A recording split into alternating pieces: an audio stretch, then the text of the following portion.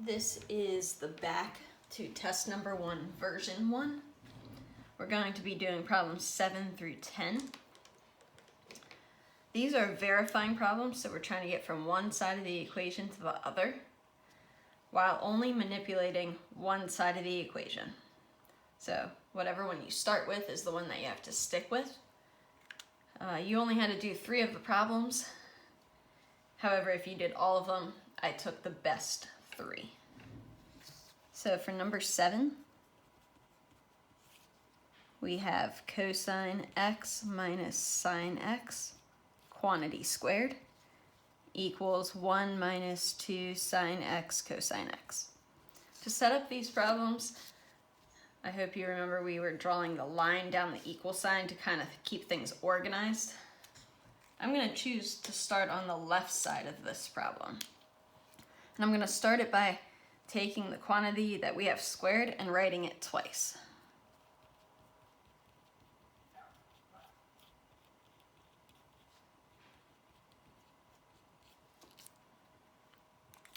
Now I'm going to use the distributive property.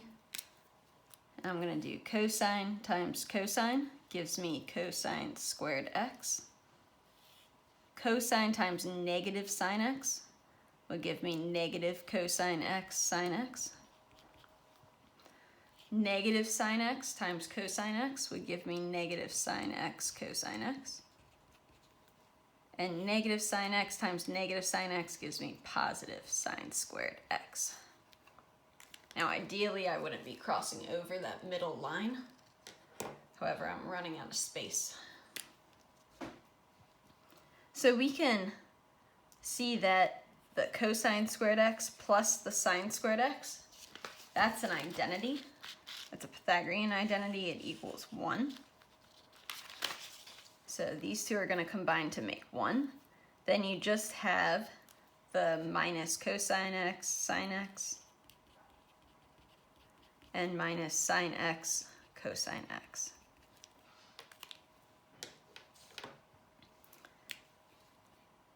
Now, because this is multiplication, I can really write it in whatever order that I want. So I'm going to look over here, and I see that they want sine x and then cosine x. So I'm going to switch this around. I'm going to put the sine x first, then the cosine x. And I have 2 of the exact same thing.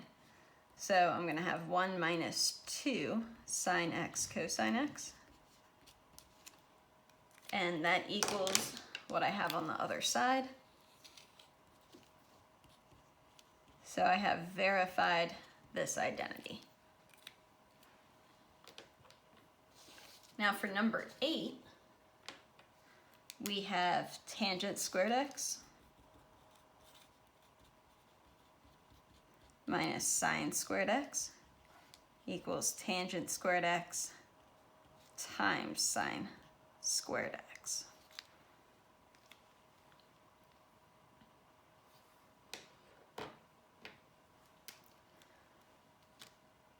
So to start this problem, I'm going to again start on the left-hand side. I'm going to draw my line down from my equal sign.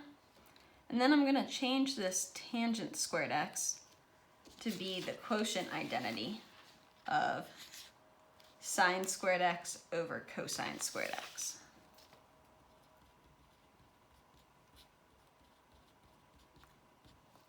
And then this sine x does not have a denominator, so it just stays the same.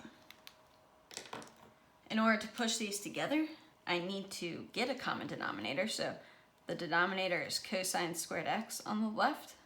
I'm going to multiply by cosine squared x over cosine squared x on the right-hand side. So the fraction that I made now has a common denominator of cosine squared x. The top will become sine squared x minus sine squared x cosine squared x.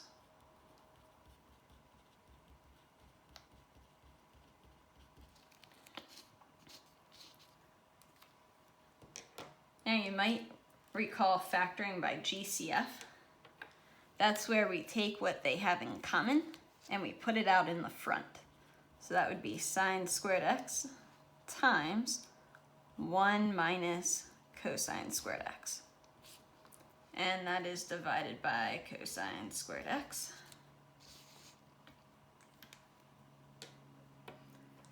Now 1 minus cosine squared x is an identity. It equals sine squared x. So I'm going to have sine squared x times sine squared x over cosine squared x. Now if you look at where you're heading, you want a tangent squared x times a sine squared x. And this sine squared x over cosine squared x, that becomes a tangent squared x times the sine squared x, that's right there. And now we have verified this identity.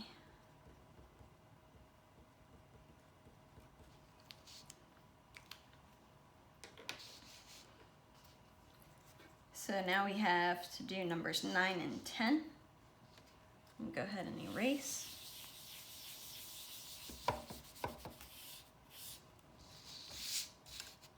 Number 9 is sine x over the quantity of 1 plus cosine x plus 1 plus cosine x in the numerator and sine x in the denominator, and that equals 2 cosecant x.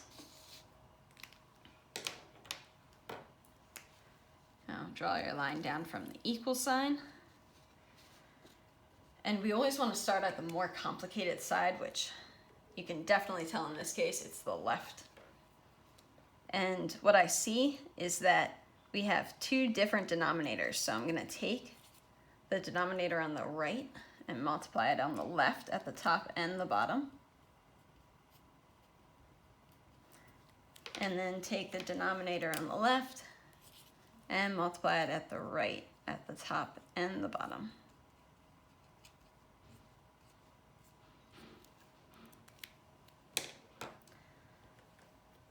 So I have sine x times sine x gives me sine squared x. And my denominator is sine x times 1 plus cosine x. Plus all of this. And for this, I'm going to have to distribute, so I'm just going to do that at the same time. 1 times 1 is 1. 1 times cosine x is cosine x. Cosine x times 1 is cosine x. And cosine x times cosine x is cosine squared x. And I still have that same denominator, sine x times 1 plus cosine x. Now because we have the same denominator, we can combine these fractions. And when I combine the fractions, I'm just going to take this whole numerator and rewrite it.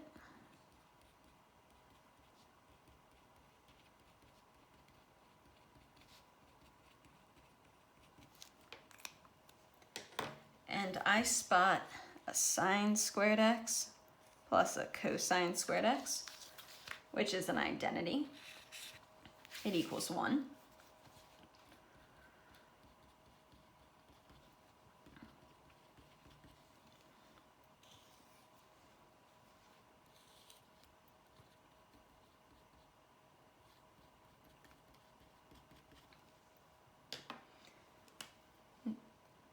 So the sine squared x plus the cosine squared x became this one, and then I rewrote what came after it here.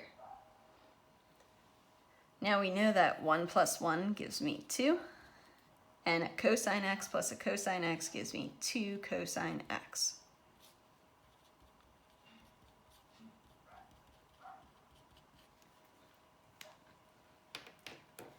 Now the top, I see that they have something in common, so we can use GCF factoring. A 2 here and a 2 there, so I can put the 2 out in the front. And when I take away this first 2, I'm left with 1. And I take away that 2, I'm left with cosine x.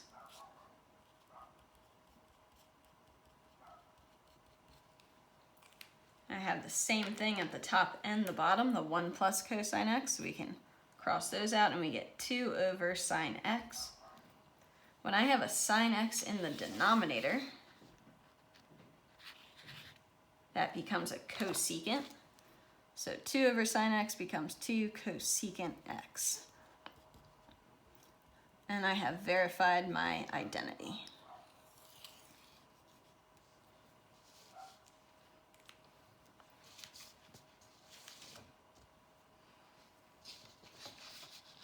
Now for number 10.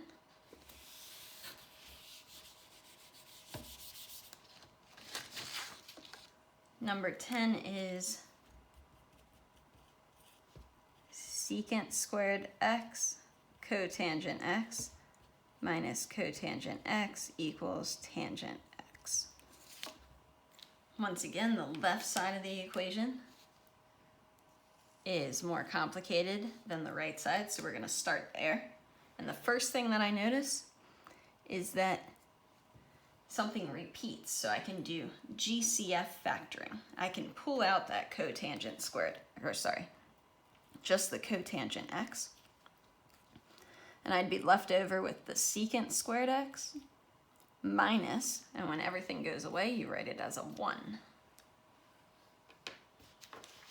Now, secant squared x minus 1, that is an identity. It equals tangent squared x. So this part becomes tangent squared x times the cotangent x from the front. Now we could change these all to sines and cosines, or you can change them to the reciprocal identities, which in this case cotangent equals 1 over tangent. And then I have a tangent squared, which is like a tangent x times a tangent x. So the 1 over tangent x and one of the tangent x's cancel out, and you're just left with a tangent x. So we have verified the last identity.